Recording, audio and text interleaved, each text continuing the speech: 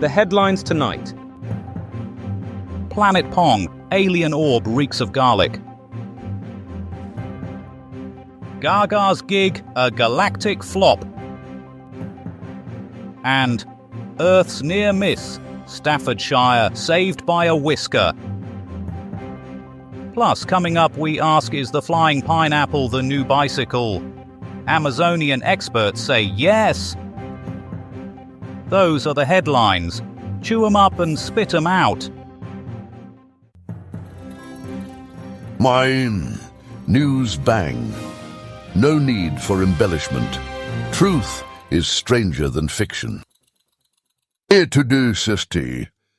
2001. Scientists have confirmed the first detection of an alien atmosphere, specifically sodium, raising concerns that extraterrestrial beings might be exceptionally salty. The discovery was made by Dr. David Charbonneau and his team of socially awkward astronomers while studying planet HD 209,458b, now nicknamed Dave's Hot Jupiter, by absolutely nobody. The planet, which maintains a balmy temperature of 1,000 degrees Celsius, has been described by leading experts as basically a massive ball of spicy space gas.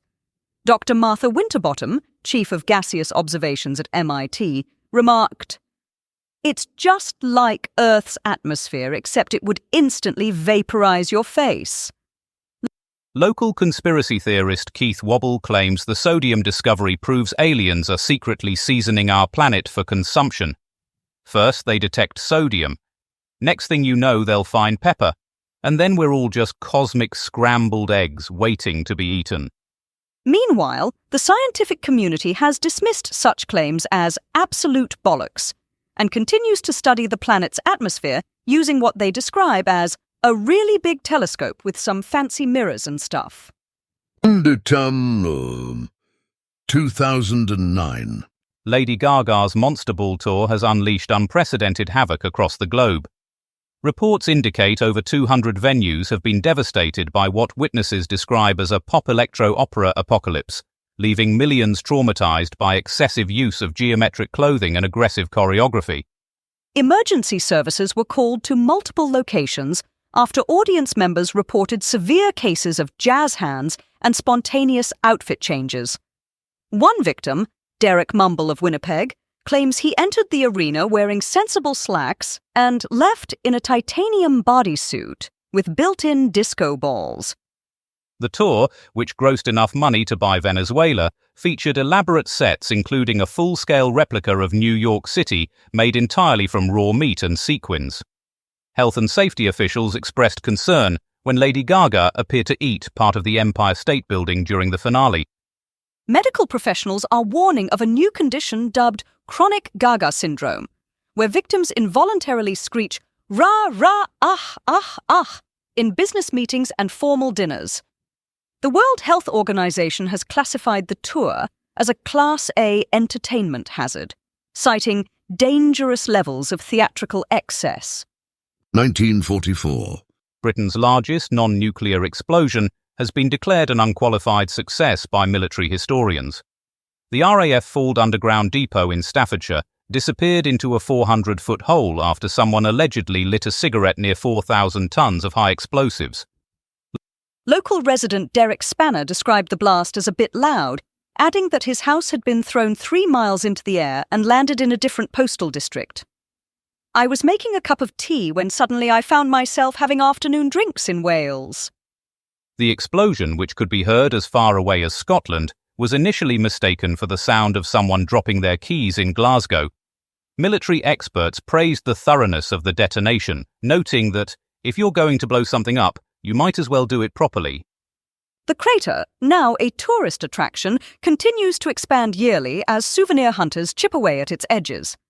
Last week, a man from Burton claimed he found his aunt's conservatory at the bottom, still with its windows intact. Erased. Newsbang. Separating the lies from the facts and throwing the former into a pit of despair. And now, braced for yet another meteorological melodrama, it's the nation's favourite harbinger of doom in a cardigan, Shakanaka Giles with the weather.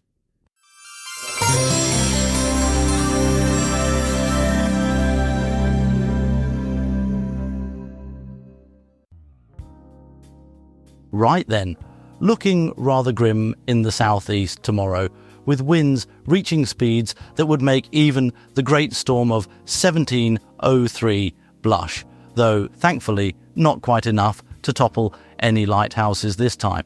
Do secure those garden gnomes' loves. Sweeping across to the Midlands, where we're expecting the sort of November chill that'll have you reaching for your woolies faster than a missile test getting cancelled at Kwajalein Atoll. Speaking of which, looks like Tropical Storm Zelda's distant cousin might pay us a visit. Up north, expect precipitation with attitude, proper wet stuff falling sideways like a drunk uncle at Christmas dinner, temperature hovering around 5 degrees, or as we say in the trade, brass monkey weather.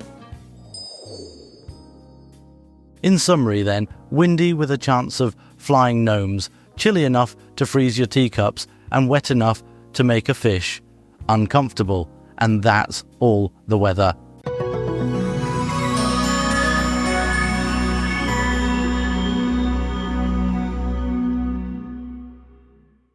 (1944). It's 1944 and things have gone bang in Staffordshire.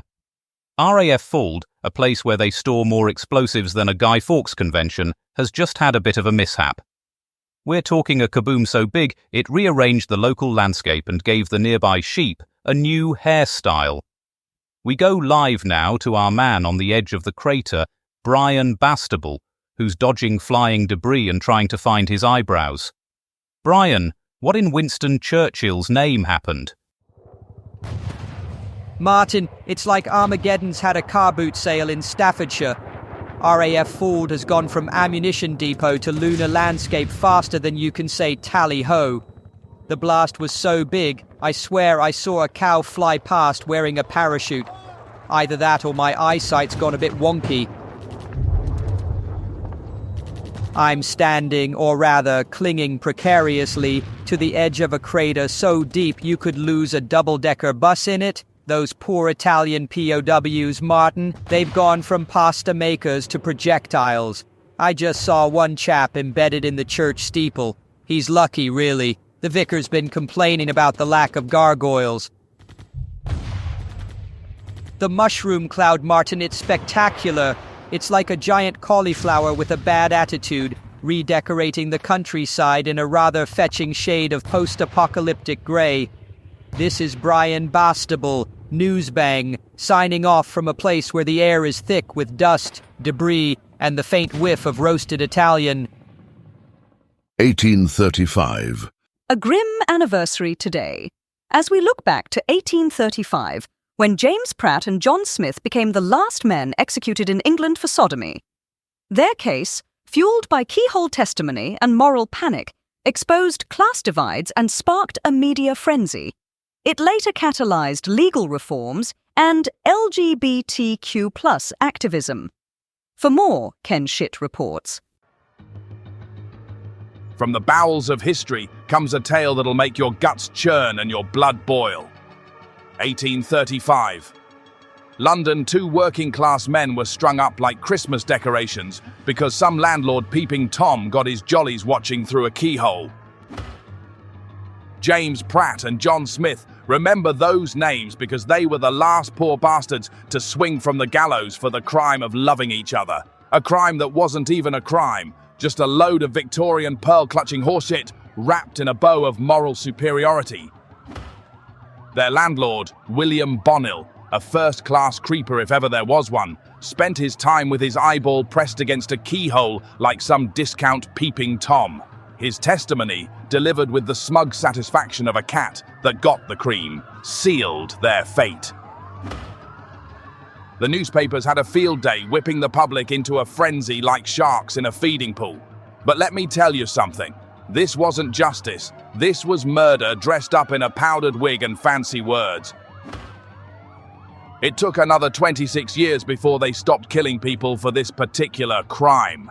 Too late for Pratt and Smith, who died because some privileged bastards decided their love was worth less than the rope they hung them with. This is Ken Schitt, reporting from the wrong side of history, where the real criminals wore judges' robes. Newsbang. 1963. In a moment of profound historical gravity, November 27, 1963, saw Lyndon B. Johnson deliver his "Let Us Continue" speech to Congress. Balancing the weight of Kennedy's legacy with the heft of his own ambitions, LBJ charted a course through civil rights, poverty programs, and national healing. A nation still reeling from the shock of JFK's assassination found solace in Johnson's steady hand and subtle assertion of authority. But was it a heartfelt homage or a savvy power play? A bit of both, perhaps? For more on this pivotal moment, we turn to Melody Wintergreen in Washington.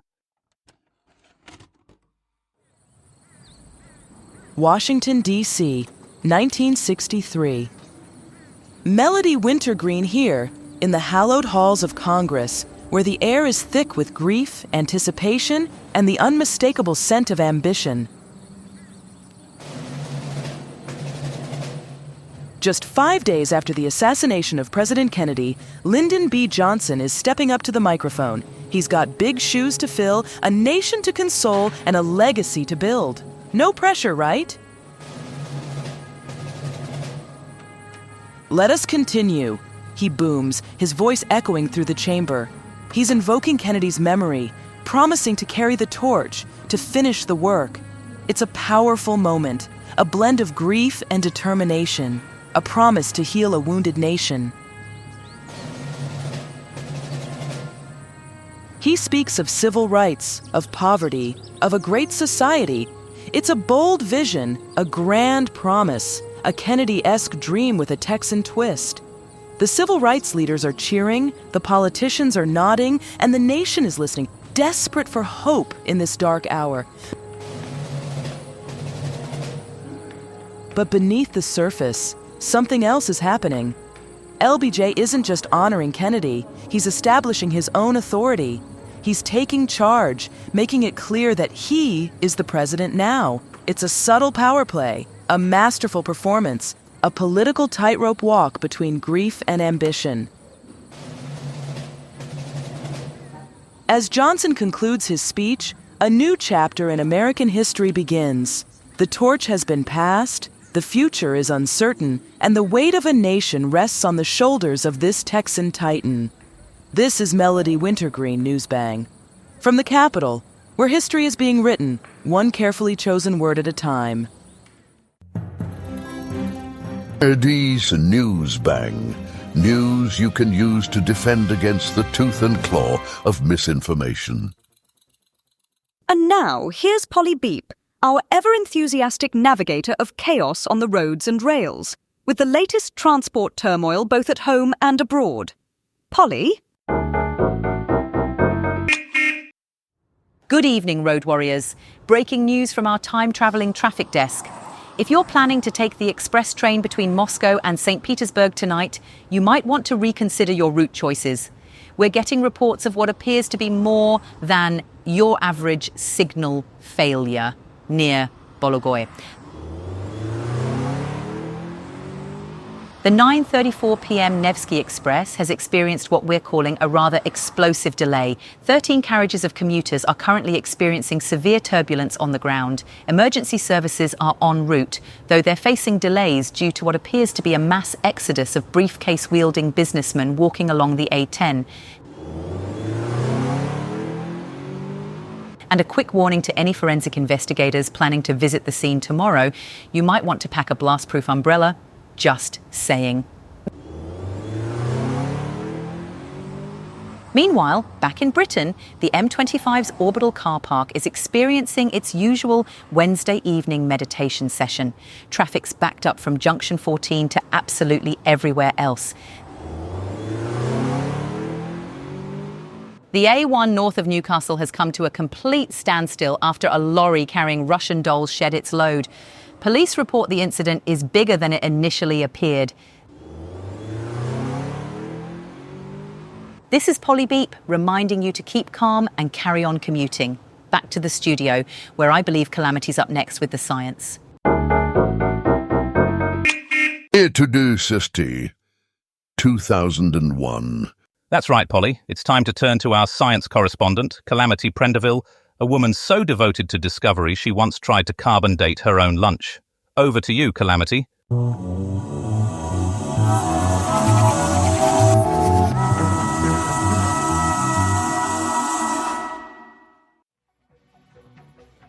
Good evening, viewers. Tonight we're looking at a remarkable British breakthrough in space detection. Using nothing more than a modified BBC Micro and a garden colander, scientists at the Clacton-on-Sea Space Research Centre have discovered sodium on a distant planet called HD 209,458b, or as the team calls it, Big Barry. This massive gas giant, roughly the size of Wales, was found to have an atmosphere containing enough sodium to supply Britain's chip shops for the next millennium. Dr. Maureen Chips, lead researcher, made the discovery while actually trying to order a takeaway curry using her computer-controlled telescope. The detection method is brilliantly simple. When Big Barry passes in front of its star, its atmosphere acts like a giant prism, similar to how your Grand's crystal doorknob creates rainbows in the hallway. The sodium shows up as a distinctive yellow line in the spectrum, much like the stains on your shirt after a Friday night fishy supper. The discovery was made possible by the revolutionary British-made Spectrum-O-Matic 2000, which combines the processing power of 3 Sinclair QLs and uses advanced Tizer cooling technology to maintain optimal operating temperature. This breakthrough proves that distant worlds might be more like home than we thought. Perhaps somewhere out there, alien beings are also enjoying sodium-rich snacks while watching their equivalent of Newsbang.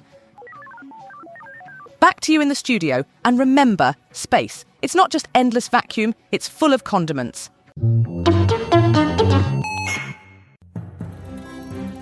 It is Newsbang, uncovering the carpet of deception to reveal the floor of truth beneath.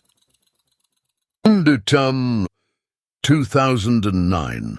And finally, we turn back the clock to this day in 2009, when a young upstart by the name of Lady Gaga embarked on what would become a seismic shift in the world of live music.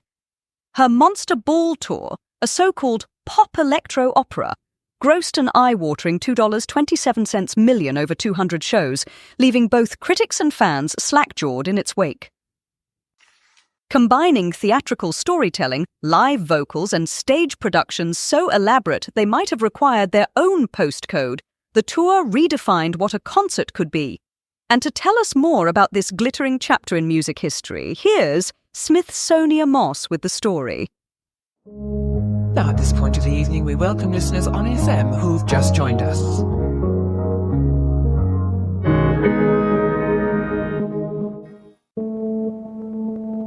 Whoa, Newsbang Nation, it's your girl Smithsonia Moss.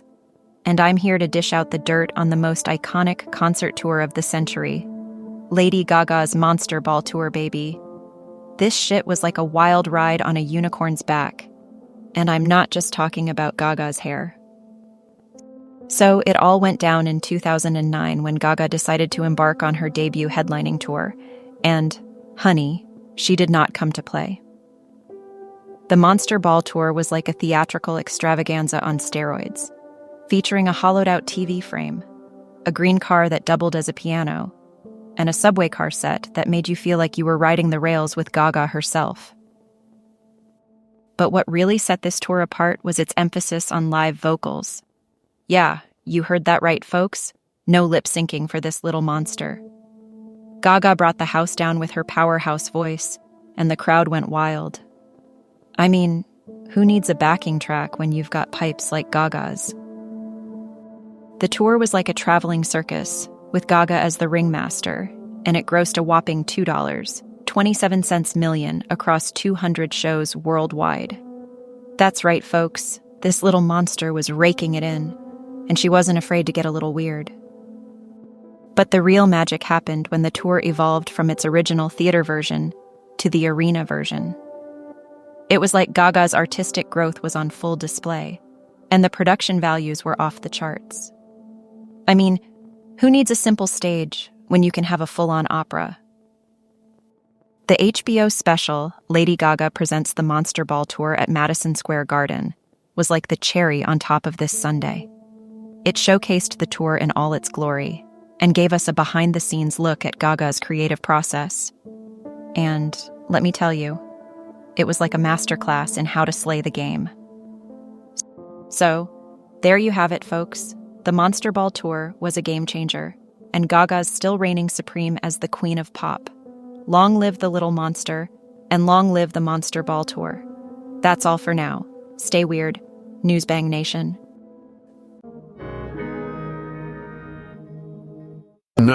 Newsbang.